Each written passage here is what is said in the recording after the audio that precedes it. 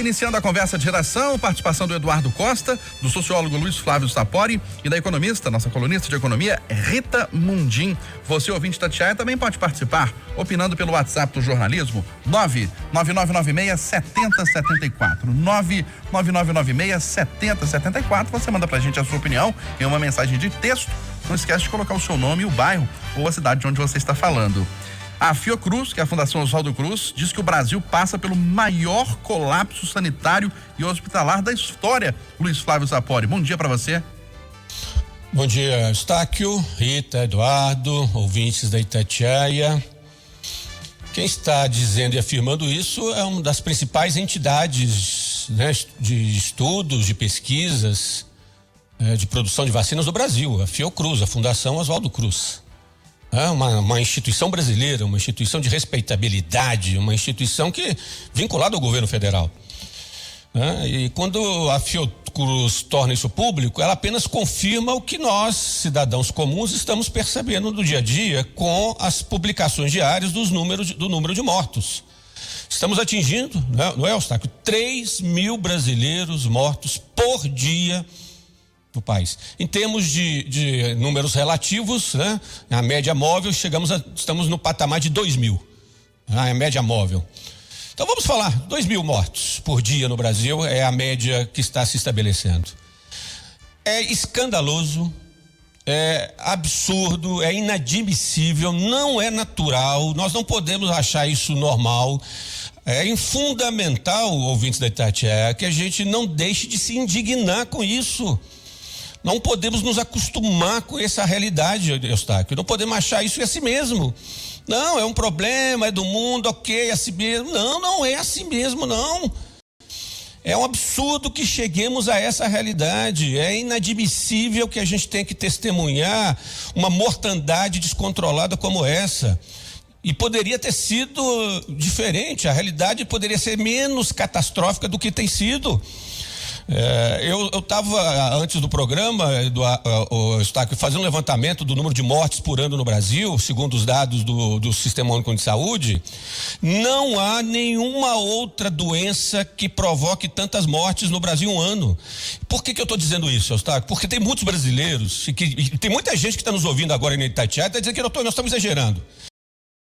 Que nós, né, que a Fiocruz está criando um fantasma, está criando terrorismo, que não é bem assim, que estão manipulando a realidade. Eu tenho acompanhado algumas redes sociais e eu fico indignado com o que eu leio e ouço de indivíduos, muitas vezes qualificados, pessoas muito bem instruídas. Hospitais estão intencionalmente mudando a causa-morte das pessoas para supostamente prejudicar o presidente da República, o governo, como se estivesse ocorrendo, né, uma manipulação intencional dessas mortes. Eu estou dizendo isso, Eustáquio, porque muita gente acredita nisso. Muito, mas infelizmente tem muitos brasileiros, alguns milhões de brasileiros que ainda, né, estão envolvidos em teorias conspiratórias e negam a realidade, né, dizendo que o Brasil tem outras coisas matando no Brasil. Eu desafio a qualquer um que está nos ouvindo a encontrar uma causa-mortes que chegue ao patamar da Covid-19. Infartos, mortes por AVC, mortes por tumores, né, pelo câncer. Não há nenhuma outra causa-mortes no Brasil que chegue aos pés da Covid-19. Ou seja, é uma tragédia nacional. É uma catástrofe que tem que ser tratada como tal. Então, a postura negacionista, a postura de quem não quer ver a realidade, é isso que eu estou enfatizando, é um problema que continua nos atormentando e prejudicando muito o enfrentamento da pandemia. Mas são muitos brasileiros que continuam negando a realidade, negando esses números, negando o conselho dos cientistas, das instituições e fazendo não apenas um discurso de enfrentamento, mas nas suas ações cotidianas, continuam desafiando as políticas de isolamento social. Então, é com muita tristeza que eu tenho que comentar a maior catástrofe recente, né, de saúde pública da história do Brasil e do mundo. É realmente lamentável. Ô Rita, e outro dado preocupante é que a gente não sabe quando é que isso vai passar, né? Porque a gente viveu um final de ano, início de 2021, aí com um certo otimismo, mas agora a bomba estourou. Bom dia mais uma vez. Bom dia a todos, bom dia, Eustáquio. Eu achei interessante porque o Sapori falou, mas no finalzinho ele falou baixinho. É a maior tragédia sanitária no Brasil e no mundo. Isso é uma guerra mundial. O mundo nunca conviveu com esse vírus. O que está acontecendo me deixa triste também o negacionismo de grande parte da população brasileira de que isso seja um problema do Brasil. Isso não é um problema do Brasil, isso é um problema global. As mortes e o colapso aconteceu na Espanha, aconteceu na Itália, aconteceu no Reino Unido, está acontecendo. A Alemanha está de lockdown, os Estados Unidos viveu uma tragédia. Agora ficar falando que a Covid é que tem mais matado, mas tem mais matado aqui no mundo. Nós estamos passando pela Terceira Guerra Mundial de um vírus desconhecido. Agora já temos vacinas, já temos protocolos de medicamentos, mas eu acho isso também. Tem hora que eu acho que é uma sacanagem concentrar e colocar tudo na conta do governo federal. Porque municípios, estados, União, todo mundo foi pego de surpresa com algo desconhecido. E agora está havendo uma dinâmica. As vacinas estão aí. E eu fico muito triste também da gente não comentar como que o Brasil, em alguns setores, soube superar muito melhor do que vários países do mundo essa crise. Eu estou falando dos 260 mil empregos que foram criados na economia em janeiro. É o maior número de vagas criadas nos últimos 30 anos, apesar da pandemia. Isso é gestão do Ministério da Economia, é eficiência e capacidade dos bancos públicos, da Caixa Econômica, que criou o maior banco popular em 15 dias. As estatais estão dando lucro. A nossa dívida está explosiva, mas está sob controle. Então a gente tem que olhar o todo. Tiraram da União a gestão da crise. A gestão está nos municípios e nos estados. A União tem que mandar dinheiro. Não se pode comparar o nível de vacinação do Brasil com os Estados Unidos. Nós não financiamos nenhuma vacina. As vacinas são produzidas nos Estados Unidos. Nós não temos vacina. Se a vacina chegar e o Programa Nacional de Imunização for colocado, rapidamente em ação, a gente tem que se vangloriar da gestão que foi feita em paralelo da economia. Apesar de tanta pobreza, de tanta miséria, nós poderíamos estar muito pior. O Chile, que está todo mundo badalando o Chile, o PIB do Chile não saiu o quarto trimestre ainda, mas a queda na economia chilena é de quase 10%, na Argentina de 10%. Aqui nós tivemos uma retração de 4% e as coisas estão andando. Então, gente, não vamos negar que o vírus é global. É só isso. E para você, Eduardo Costa, proporcionalmente o Brasil é o pior país em relação à pandemia ou o problema está só aqui mesmo? É um problema mundial? O Brasil está vivendo o que outros países viveram, como disse a Rita Mundim? Como nós tivemos duas explanações qualificadas, senhor Eustáquio, e eu preciso de mais tempo no terceiro tema que diz respeito a Belo, eu vou ficar com o relator Luiz Flávio Sapori e com a revisora Rita Mundim. 8h48. Esse é o Eduardo Eustáquio, esse é o Eduardo Costa. Eduardo, você é único, singular. Mestre de todos nós. Amém. Olha só, antes da gente passar para o próximo tema, deixa eu chamar a Edilene Lopes aqui, porque tem novidades em relação a novos nomes no comando da saúde em Minas Gerais, Edilene. Eustáquio Ramos, informação de momento, a nova presidente da Rede FEMIG, a Fundação Hospitalar de Minas Gerais, será Renata Ferreira Leles Dias, que era subsecretária de administração na Secretaria Estadual de Educação e saiu do cargo para assumir a FEMIG no lugar de Fábio Baquerete, atual secretário de Saúde, que entrou nesta semana no lugar de Carlos Eduardo Amaral, exonerado depois da vacinação dele e de servidores administrativos da pasta, que será alvo de uma CPI na Assembleia. Leles é especialista em políticas públicas e gestão governamental, servidora formada pela Fundação João Pinheiro. Além da pasta da educação, ela já passou pela Secretaria de Segurança Pública, também na área de recursos humanos, e pelo IPSENG, o Instituto de Previdência do Estado. A nomeação dela está publicada hoje no Diário Oficial de Minas Gerais. Repórter Edilene Lopes. 8h49. Próximo tema: rejeição ao trabalho de Jair Bolsonaro no combate à pandemia do coronavírus atinge o maior nível desde o início da crise sanitária há pouco mais de um ano. Rita Mundim. É até um complemento do primeiro tema, né? Do que você se não estava falando. se não atingisse, eu ficaria espantada, porque, sinceramente, todo dia, todo mundo botando a culpa no colo da União. Então, eu acho que isso é uma consequência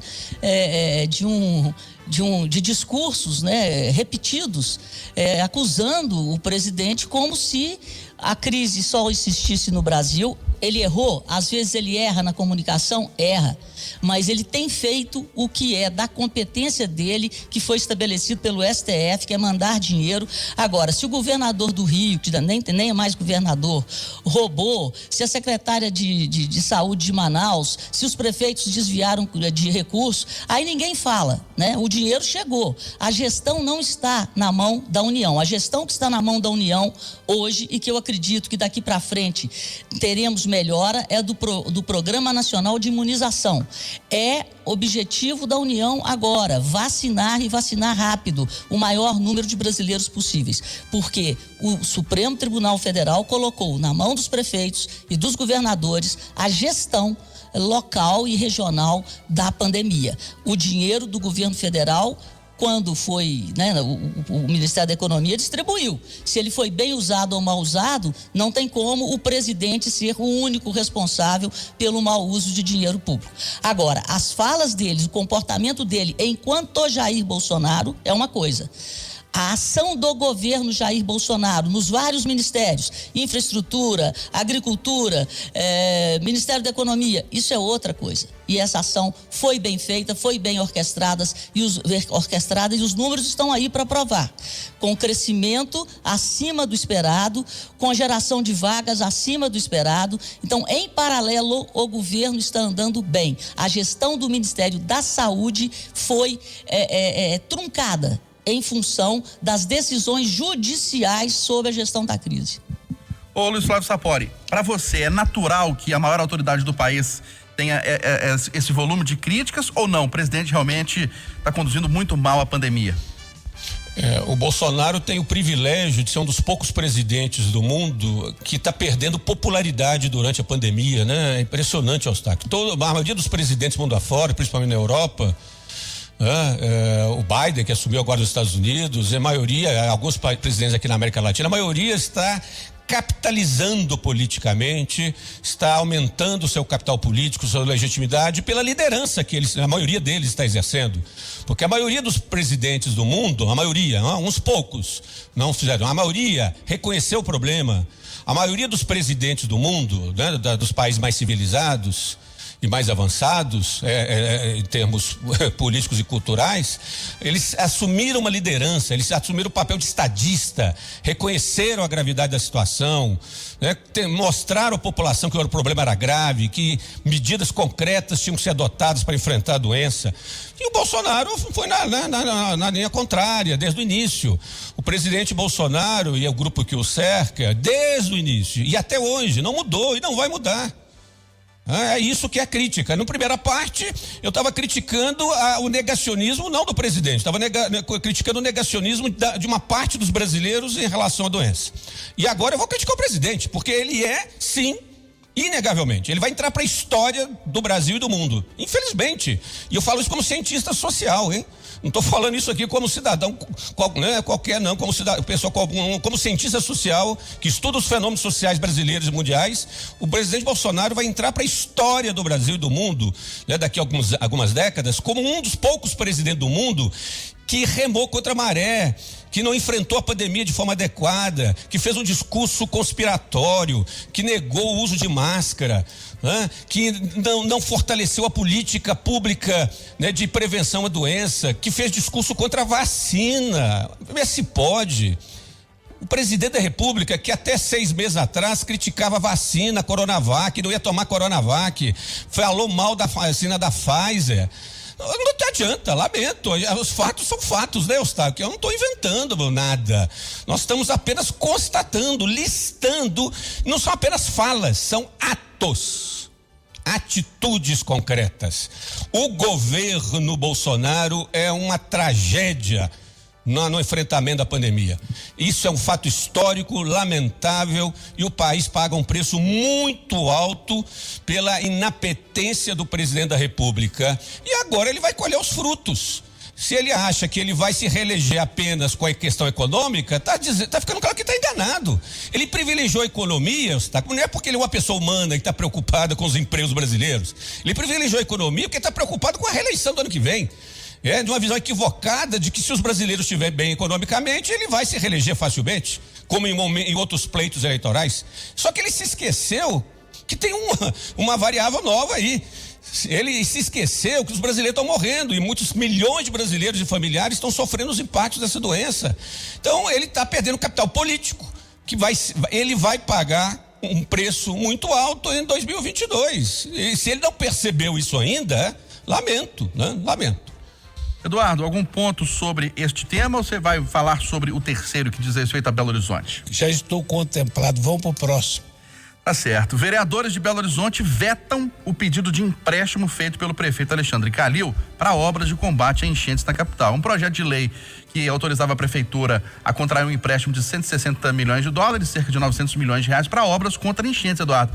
E eu tô me perguntando desde ontem, por que essa rejeição na Câmara Municipal, sendo que o que mais se cobra em Belo Horizonte aqui ultimamente é dinheiro para obra contra enchente. Na hora que a prefeitura pede autorização para contrair um empréstimo internacional para fazer obra, os vereadores rejeitam? Por causa da política podre, da má política, Eustáquio.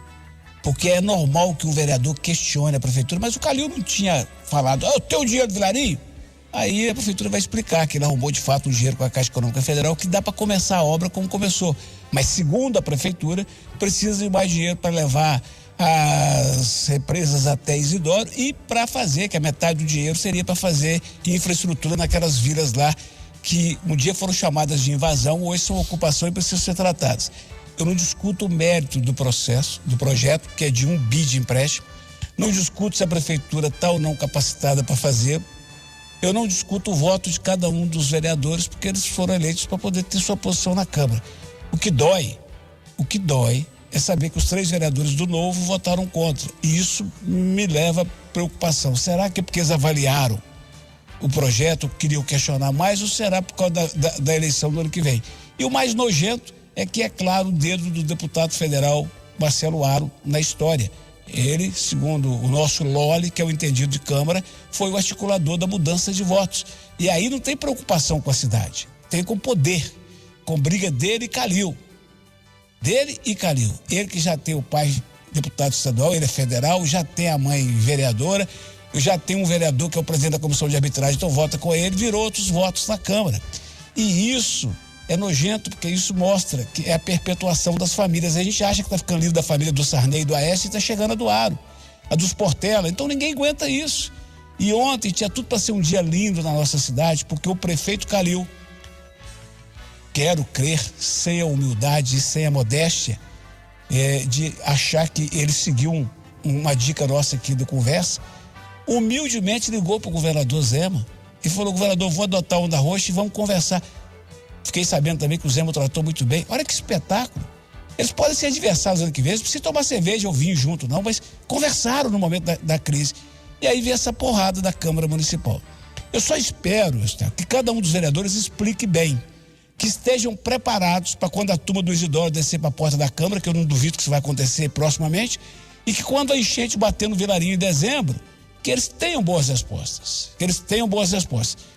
Eu estou preocupado principalmente com um, que o Lore não encontrou ontem, o Cláudio do Mundo Novo, que é do partido do prefeito, que mora em Venda Nova, tem atuação em Venda Nova. Então, esse principalmente, a gente está muito curioso para saber o que o moveu desse voto contra. Porque, senhor Eustáquio, governar não é fácil. Não. Nesse país não é fácil. Política suja, compadre, é difícil, viu? E o prefeito Alexandre Calil, depois dessa votação, disse, quando for cobrar agora questão de Vilarim, batam a porta da Câmara Municipal de Belo Horizonte. Vambora? Deixa rapidinho, eu queria me somar ao Eduardo Costa, manifestar minha indignação com a Câmara Municipal de Belo Horizonte. Eduardo, que episódio triste e lamentável, que vergonha para os 12 vereadores e mais esse Cláudio do Mundo Novo. Que desastre, viu? Lamentável, Eduardo, lamentável. É como dizia Zé Brasil, Eustáquio, casa do espanto.